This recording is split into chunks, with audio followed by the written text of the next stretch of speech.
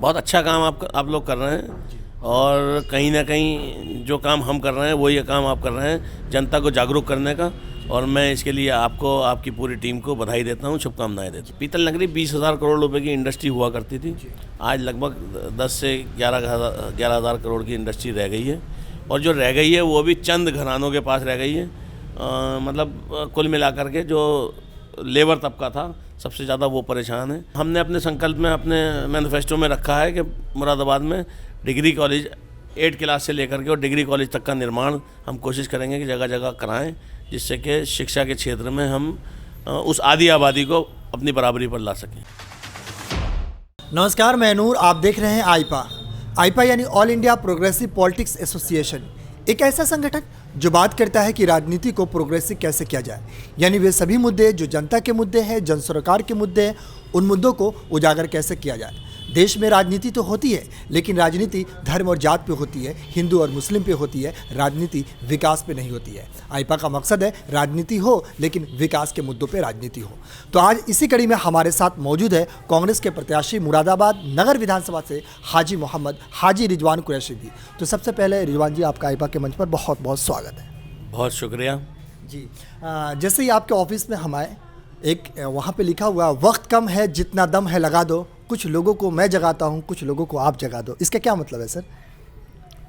इसका मकसद ये है कि हम जिस कम्युनिटी से आते हैं वो कम्युनिटी बहुत ज़माने से सोई हुई है। उसको, मेरा ये स्लोगन लिखने का मकसद है उस कम्युनिटी को जगाना, ताकि वो जाग जाएं और कम से कम सियासी शऊर के साथ जाग जाएं। किस हिसाब से सोई हुई है ये बताएं। अगर सियासी की बात करें, सियासत को, तो आपके पीछे वहाँ पर भी कांग्रेस द्वारा मुख्यमंत्री है अल्पसंख्यक को, तो किस हिसाब से आप जगाने की बात कह रहे हैं? जैसे आपने बताया 5 मुख्यमंत्री का हमने फ़ोटो स्पेशली लगाया हुआ है जी। हमारे लोगों को ये पता ही नहीं है हमने क्या खोया है, क्या पाया है। हमारा इस स्लोगन का लिखने का मकसद ये है कि हमारे लोगों को ये पता लगना चाहिए कि कांग्रेस पार्टी ने पिछले इतिहास में जाना चाहिए और उसकी रोशनी में हमें ये जानकारी होनी चाहिए कि कांग्रेस पार्टी एक ऐसी पार्टी है जिसने हमें 5-5 मुख्यमंत्री दिए, और ऐसे सूबों से दिए जहां हम 4%, 5%, 6% से ऊपर तादाद में नहीं आते। तो ये दोनों स्लोगन एक दूसरे के पूरक हैं। अच्छा रिजवान जी, एक बात बताइए कि अभी सभी पार्टी अपने आप को लोकतांत्रिक कहती है, तो हकीकत में कौन सी पार्टी लोकतांत्रिक है आपके हिसाब से, ताकि कोई जनता जान सके? देखिए, सबसे बड़ी लोकतांत्रिक पार्टी, सबसे पुरानी पार्टी हिंदुस्तान में राजनीतिक पार्टी अगर कोई है तो वो कांग्रेस पार्टी है, जिसने हमेशा दबे कुचले, अगड़े पिछड़े सभी लोगों को, हर धर्म हर जात के लोगों को अपने साथ लेकर चलने की कोशिश की है। और कहीं ना कहीं आप देखेंगे पिछले 7 साल के इतिहास में आप देख लीजिए, 7 सालों में भारतीय जनता पार्टी जो कहती है सबका साथ सबका विकास, उसने किसका विकास किया है, किसका साथ दिया है, ये सब पे जग जाहिर है।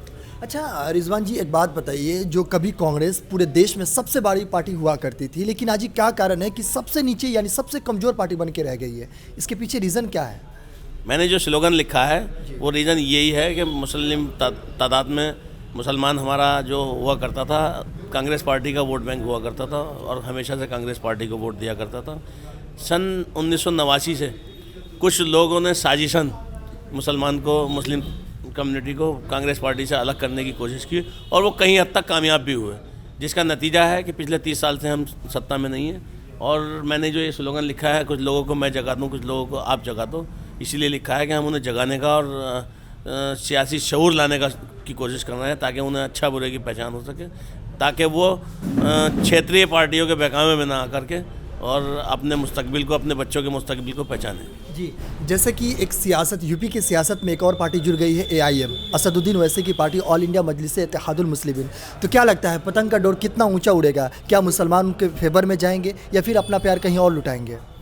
देखिए, बिहार के चुनाव से उनका बीजेपी से प्रेम जग जाहिर हो गया। बीजेपी से प्रेम इसलिए कहा कि वो प्रेम जो होता है दुनिया से छुप के होता है। तो कहीं ना कहीं भारतीय जनता पार्टी की बी टीम के रूप में उन्होंने बिहार में काम किया, उसके नतीजे भी भारतीय जनता पार्टी ने अच्छे प्राप्त किए और उसका नतीजा बंगाल के चुनाव में उन्हें दोबारा देखने को मिला। और इंशाअल्लाह उत्तर प्रदेश की जनता उन्हें यहाँ से उखाड़ फेंकने का काम करेगी। जी एक सवाल है पर्सनल, ऐसे पर्सनल नहीं कहेंगे इसको। सवाल ये है कि आपके चाचा समाजवादी पार्टी से हैं, चुनाव लड़ रहे हैं और आप इस कांग्रेस से लड़ रहे हैं, तो क्या लगता है चाचा भतीजा में कौन जीतेंगे इसमें? देखिए, पहली चीज़ तो है, चाचा देहात से विधायक हैं, मैं शहर की सीट से प्रत्याशी हूँ, तो मेरा उनका कहीं कोई मुकाबला नहीं है, एक बात।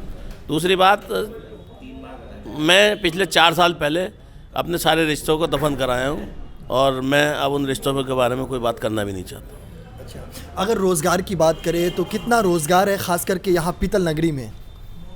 पीतल नगरी 20,000 करोड़ रुपए की इंडस्ट्री हुआ करती थी, आज लगभग 10 से 11,000 करोड़ की इंडस्ट्री रह गई है, और जो रह गई है वो भी चंद घरानों के पास रह गई है। मतलब कुल मिलाकर के जो लेबर तबका था सबसे ज़्यादा वो परेशान है, आज रिक्शा चलाने को मजबूर है, आज मंडी में मजदूरी करने को मजबूर है, उसके हाथ में कारोबार नहीं है, काम नहीं है। मुरादाबाद का जो पीतल की चमक हुआ करती थी वो इस भारतीय जनता पार्टी ने पिछले 7 सालों में छीन ली है। जी अगर शिक्षा की बात करें तो शिक्षा का स्तर कैसा है, खास करके इस विधानसभा में? हमारे मैनिफेस्टो में भी है, जी ख़ास तौर पर महिलाओं के लिए हमारी नेता आदरणीय प्रियंका गांधी जी ने जो एक संकल्प लिया है हिंदुस्तान की आधी आबादी, उत्तर प्रदेश की आधी आबादी के लिए, तो हमने अपने संकल्प में, अपने मैनिफेस्टो में रखा है कि मुरादाबाद में डिग्री कॉलेज 8 क्लास से लेकर के और डिग्री कॉलेज तक का निर्माण हम कोशिश करेंगे कि जगह जगह कराएं, जिससे कि शिक्षा के क्षेत्र में हम उस आधी आबादी को अपनी बराबरी पर ला सकें। जी, जिसे कांग्रेस की तरफ से अभी विधानसभा चुनाव में एक नारा काफ़ी ज़्यादा फेमस हो रहा है, लड़की हूँ लड़ सकती हूँ, लेकिन जो पोस्टर गर्ल है वो खुद आरोप लगाते हैं कि कांग्रेस में है भ्रष्टाचार ज़्यादा है, रिश्वत ज़्यादा है, तो इस बात में कितनी सच्चाई है, आपसे जानेंगे। ये विपक्ष के लोग जो होते हैं, अगर कोई चीज़ कहीं बढ़त देती है और कोई चीज़ अगर कहीं ऐसा महसूस होता है, ख़ासतौर पे बीजेपी के जो आईटी सेल है वो पर्सनली इस काम को करता है और उस पर बीजेपी हज़ारों करोड़ रुपए खर्च कर चुकी है, जिसमें राहुल गांधी की इमेज को घटाने की कोशिश की गई, और इस तरह के प्रोपेगेंडे सिर्फ भारतीय जनता पार्टी की पहचान है। जी, अगर इस तरह के प्रोपेगेंडे होते हैं तो क्या ये आम जनता के लिए हानिकारक नहीं है? आम जनता के लिए हानिकारक हमेशा से बीजेपी रही है, और आम जनता अब बीजेपी को, भारतीय जनता पार्टी को समझ गई है, और इंशाल्लाह 2022 में भी देखेंगे, 2024 में भी देखेंगे, भारतीय जनता पार्टी को जनता नकार चुकी है और पूरी तरह से इस सरकार को जड़ से उखाड़ फेंकने का काम आदरणीय प्रियंका गांधी करेंगी। एक सवाल आपसे हम करेंगे, जैसे भारतीय जनता पार्टी बहुत सारे होर्डिंग लगे हुए हैं, वहाँ पे लिखे हुए हैं कि सड़क अच्छी है, महिलाएं सुरक्षित है, और एक नारा भी है उनका, सोच ईमानदार काम दंदर। अगर वास्तविक ज़मीनी हकीकत की बात करें तो ये कितना सही है? मुझसे बेहतर आप लोग जानते हैं, जब उत्तर प्रदेश में सरकार बनी थी, योगी आदित्यनाथ ने पहली शपथ ली थी और पहला एक भाषण दिया था, तो उन्होंने ये कहा था कि जुलाई, शायद मार्च में सरकार बनी थी, और मार्च में उन्होंने 3 महीने का टाइम लिया था कि 15 जुलाई तक हम प्रदेश को गड्ढा मुक्त कर देंगे, प्रदेश की सड़कों को गड्ढा मुक्त कर देंगे। आज 5 साल पूरे होने में एक महीना बाकी है, आप आकर के देख लीजिए, आज तक भी वो गड्ढा मुक्त नहीं कर पाए। जो जो वादे किए, जो जो उन्होंने झूठे वादे जनता से किए, सभी वादों पर वो बैकफुट पर आए। जो जो उन्होंने स्टेप लिए, सारे स्टेप उन्हें वापस लेने पड़े, चाहे वो कृषि कानून हो, चाहे और दूसरे मुद्दे हों। अभी मैं कल एक बैंक में बैठा हुआ था, बैंक मैनेजर मुझसे बोल रही थी कि अभी बीच में उन्होंने लागू किया कि साहब, कोई अगर किसी का कहीं किसी बैंक में किसी की अगर ओडी या लोन अकाउंट चल रहा तो दूसरे बैंक में करंट अकाउंट नहीं खोलेगा।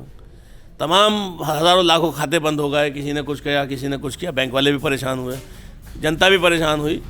तो उसके बाद में अब उन्होंने वो वापस ले लिया कि नहीं साहब, खाते खोल सकता आप। अब वो लिमिट 5 करोड़ की कर दी गई कि 5 करोड़ से नीचे के लोन अगर हैं तो आप किसी भी बैंक में खाते खोल सकते हैं। तो मैं ये पूछना चाहता हूँ आपके चैनल के माध्यम से, ये सरकार जनता के हितों के लिए बनी है या जनता को परेशान करने के लिए बनी है? जी, जैसे कि आज के पेपर में ही निकला है कि अखिलेश यादव की तरफ से 10 मार्च को आ रहा हूँ, 300 यूनिट बिजली फ्री ला रहा हूँ, और वो अपने कार्यकर्ता को बताया भी है कि जाए आप घर घर जा कर के उन लोगों का नाम नोट करें जो बिजली फ्री। तो क्या ये राजनीति में प्रभावित करेगी यहाँ की सियासत में? देखिए, मुझे नहीं लगता, क्योंकि अब उनके जो झूठे वादों से पब्लिक त्रस्त आ चुकी है। 2012 में जब उन्होंने सरकार बनाई थी तो एक झूठा वादा किया था कि 18% हम मुसलमानों को रिजर्वेशन देंगे। तो आप बताइए कहाँ रिजर्वेशन, जबकि मुमकिन ही नहीं था। उन्होंने जो झूठा वादा किया। और इसी तरह से मेरे एक बिजली विभाग में बड़े अधिकारी हैं, उनसे मेरी बात हो रही थी कि क्या ये मुमकिन है, बोले नामुमकिन है। आप देखेंगे 10 मार्च के बाद में मतलब 300 यूनिट बिजली फ्री देना नामुमकिन है। उस अधिकारी का कहना था कि बिल्कुल नामुमकिन काम है जो ये कह रहे हैं, मगर कह रहे हैं जनता उनसे सवाल पूछेगी। मुझे नहीं लगता, जैसे वो दिल्ली की तर्ज पे कर रहे हैं। दिल्ली का और उत्तर प्रदेश की जनता का मॉडल मतलब लिविंग स्टैंडर्ड में ज़मीन आसमान का फ़र्क है। दिल्ली में जो उसका लिविंग स्टैंडर्ड है या दिल्ली के जो जनता है वो थोड़ी हाई क्लास ज़्यादा है, यहाँ गरीब तबका ज़्यादा है। तो मुझे नहीं लगता कि वो दिल्ली की तर्ज पर 300 यूनिट बिजली फ्री दे सकते हूँ, क्योंकि ये मैं अपनी तरफ से नहीं कह रहा। बिजली विभाग के बड़े अधिकारी, चीफ लेवल के अधिकारी से मेरी बात हुई थी, बोली नामुमकिन है 300 यूनिट बिजली फ्री देना। जी क्या लगता है कि आगामी विधानसभा चुनाव में जनता अपना प्यार कांग्रेस को लुटाएगी? इंशाअल्लाह मुझे पूरी उम्मीद है। ये जो आपने अभी कहा था लड़की हूँ लड़ सकती हूँ, आप इसकी कैलकुलेशन पर जाइएगा। अगर ये 400 सीटों पर प्रभावी होता है नारा, और प्रभावी है, आप जितनी हमने मैराथन दौड़ कराई हैं, चाहे मेरठ की हो, बरेली की हो, झांसी की हो, आप उसके नतीजों पर आइए देखिए। मुझे लगता है ये एक साइलेंट एक जिसे कहेंगे साइलेंट तूफान जिसे कहेंगे, एक वंडर, ये वो है जो आप 10 मार्च को इसके रिजल्ट देखेंगे, आपको पता लगेगा कि ये आधी आबादी किधर जाती है। ये एक अंत में मेरा आखिरी सवाल है आपसे आईपा के लिए, जिस मुहिम से हम आपसे बात कर रहे हैं। ये बेसिकली आप जैसे राजनेता हो गए, वकील हो गए, डॉक्टर है, इन लोगों से जाकर उनके राय जानते हैं और आम जनता तक पहुंचाते हैं। तो इस राय के लिए आईपा के लिए आप क्या कहेंगे? बहुत अच्छा काम आप लोग कर रहे हैं, और कहीं ना कहीं जो काम हम कर रहे हैं वो ये काम आप कर रहे हैं जनता को जागरूक करने का, और मैं इसके लिए आपको, आपकी पूरी टीम को बधाई देता हूँ, शुभकामनाएं देता हूँ। आईपा के मंच पर अपने विचार साझा करने बहुत बहुत शुक्रिया sir. Thank you very much. उम्मीद करते हैं कि आप जो विकास के मुद्दे हैं वे ज़मीनी स्तर पर लगे और आपकी जीत निश्चित हो। Thank you.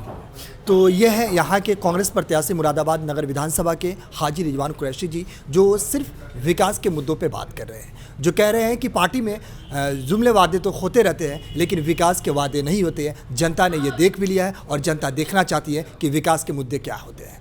बाकी ये विकास के मुद्दों पे काम करने की अपनी बात कर रहे हैं। पार्टी में प्रयक्ष या आरोप का हमेशा चलते रहता है, इससे कोई लेना देना नहीं है, लेकिन विकास के मुद्दे से जनता को हमेशा लेना है। बाकी ऐसे तमाम अपडेट्स के लिए आप बने रहिए और देखते रहिए आईपा। नमस्कार।